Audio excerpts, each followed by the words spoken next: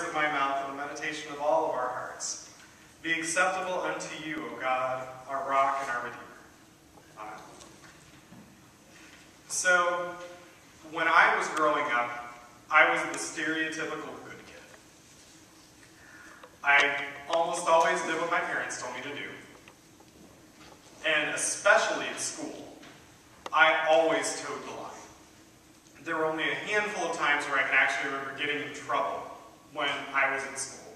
My parents made it abundantly clear to me that if I did it at home and got in trouble for it, if I did it at school, I was going to be in trouble for it at home about 10 times greater than if I had done it at home. So very early on, I figured out that if I was going to act up, it was better to do it at home. But as any of you who are here today, who are the stereotypical good kid at school, probably know, by the time you get to a certain point, that means that you are the ignored child in the classroom. Because the teacher is usually spending a lot of time and energy on the kids who aren't as well behaved in the classroom. Especially by the time you get to junior high or high school, where things are a little more self-directed and half of a class period is usually doing your own homework anyways after a lesson. That was the point where those of us who usually behaved really started to disappear into the background so that our teacher could yell at the same 5 or 6 people all the time. It didn't feel like there was much reward for being the good kid other than what you naturally got. The better grades, the good conduct marks, the special opportunities to do things that maybe some of the other students didn't get to do. But you didn't get the attention. And, that comes with a certain share of difficulty. Nobody likes to feel anonymous. Nobody likes to feel taken for granted. Nobody likes to feel ignored.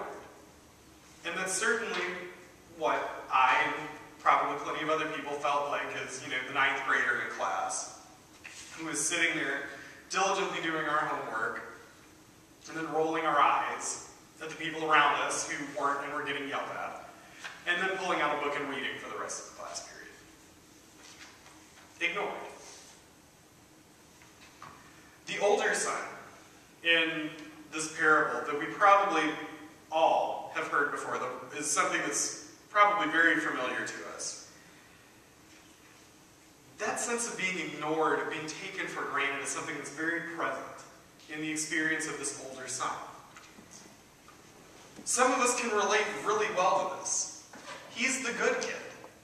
He's the one who did everything the right way, who did everything to make his father happy, who lived in a way that was deemed acceptable by society and the world around him, always turned right when he was supposed to turn right, and never turned to the left. And then his younger brother gets back, and he's all kinds of upset. Because the younger brother, the one who went off and did his own thing, is the one who gets the party. Some of us, that feels a little bit like our lives. Not all of us. I think there are plenty of people who relate much more to this younger son, who has this acute sense of all of the times that he didn't do what he was called to do, that he didn't do the right thing or the wise thing, that he didn't live in a way that was accepted by society, and now is paying the price for it. But some of us here today, too, are much more like the older brother. Those good, God-fearing, upright church folk. And we wonder, where's our party? Why is the celebration for this younger son, the family screw-up? It's a little bit like the sensation I got at least once when I was in geography as a 9th grader, where I was diligently sitting in class memorizing the major rivers of South America. And who did the teacher focus on? The class clown, who got praised to high heaven because he had actually gotten a question right when she had asked it, even though he clearly didn't know the difference between the Orinoco and the Shannon, which are major rivers in South America, for those who aren't geography nerds. It's really tough not to be judging or resentful when you're in the position of the older son, when you're the one who has done everything the right way. And then suddenly it's the other guy who gets the party, who gets the celebration, who gets the recognition, who makes it onto the cover of Time magazine, or the front page of the paper, or the employee of the month.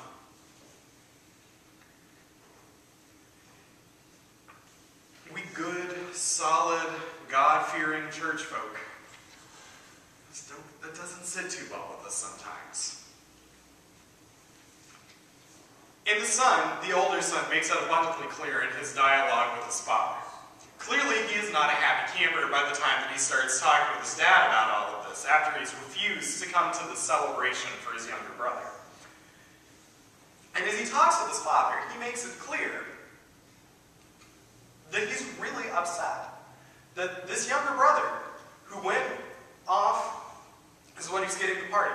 Why does he deserve the party with the fatted calf, and the new robe, and the ring, and the sandals, and the full, 9 yards? This is a guy who, come on, he spent all of his money on prostitutes. The older brother feels very, very comfortable judging his younger brother and naming exactly what he thinks his younger brother has did. Never mind the fact that Jesus, when he is telling this parable, never once says that the brother consorted with women of ill repute. He says there was some dissolute living going on, but he doesn't go into any details about what that means. For all we know, the younger brother might have had some sort of a problem. He might have had a drinking problem and spent all of his money on that. Nothing at all in Jesus telling of the story about prostitutes, but the older brother feels perfectly comfortable filling in the blanks based off of assumptions, because those people always act that way. Come on. It's a deep-seated resentment that certainly has its roots in an understandable feeling and sense of being ignored and being taken for granted. But it's still not healthy. Robert Frost wrote a poem that I first discovered in high school, probably while rolling my eyes at some of my classmates. It's entitled Fire and Ice. It's a fairly short poem. It's pretty standard in a lot of English curriculums in high school, so many of you might have encountered it at one point or another. But the general point of this little poem is that the fire of inflamed passions and lust and desire and greed is destructive. But equally destructive is the ice of hatred and resentment and bitterness. The problem here in this story is that we tend to think of it as the story of the prodigal son, singular. But in reality, it's the parable of the prodigal sons, plural. Because both the older and younger brother are equal in their prodigality, in Jesus' estimation. Both of these sons depart equally from the will of their father. They do it in very different ways. One sort of departs from the moral teachings of the father and lives this wild life, the younger one. But that older one is as far away from the spirit of love that his father has as the younger brother is away from the spirit of propriety and uprightness that the father has. The ultimate point of this parable is that all of us, whether we are the older son or the younger son, are prodigals. As Paul puts it in the letter to the Romans, all have sinned and fall short of the glory of God, whether that takes its appearance in wild living, or whether that takes on its appearance in attitudes of negativity and resentment and hatefulness of the people around us. But if we're all prodigals, if all of us are equally guilty of departing from in the eyes of God. Then that also means that each of us, whether we identify with that younger son or with that older son, are equally receiving of God's grace and mercy. God doesn't just stand there and decide that, well, this son, I love, but this son, maybe not so much. God doesn't say, this son over here, you're getting my grace and mercy, but you, no, strike three, you're out. Older son or younger son, God's love is living and active and present. All of us are equal recipients of that grace, of that mercy, of that forgiveness. Whether our departure is on the level of morals as in this younger son, or in the level of attitude and the way that we treat others as in the case of the older son. We have all sinned and fallen short of the glory of God, but by God's grace we are all redeemed from that falling short. We are all made right in the sight of God because God loves each and every one of us as a beloved daughter, as a beloved son. After all, the promise to that older son is in essence the same promise that the younger son receives. All that I have is yours. Even though you've wandered and strayed, all that I have is due you. You are always with me. Just as that younger son now is always with the Father. So, all of those divides that we tend to make as human beings between good people and bad people are kind of artificial at the end of the day. They're people. We're people.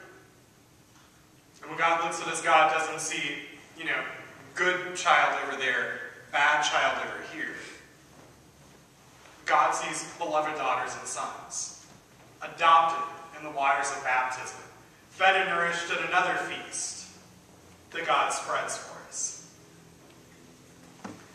I can't help but think of a classmate of mine who I graduated with from high school, who, when we were in high school together, I kind of thought was the epitome of this, bad kid.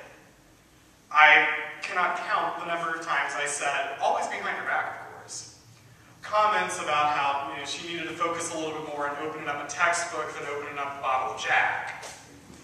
Needing to worry maybe a little bit more about keeping her grades up rather than her pants down, and all kinds of horrible things that automatically assumed that her behavior must have been absolutely, positively reprehensible, even though I had no direct evidence of the fact that it was. And so just the other day, I was messing around on Facebook and discovered that this classmate of mine is the mother of two beautiful children, happily married, has had a very successful career as a nurse. And I can't help but ask, is she any less deserving of that happiness in her life than I am of the happiness in mine, having always walked the path of the good kid? Did her moral failings, real or imagined, as a high schooler, make the world a worse place than my moral failings and departures from God's will did? Thanks be to God that it's not you or me who is in charge of deciding these things, but that it's God who is. And that God's love and mercy extends to all of us and blesses all of us who are called daughters and sons.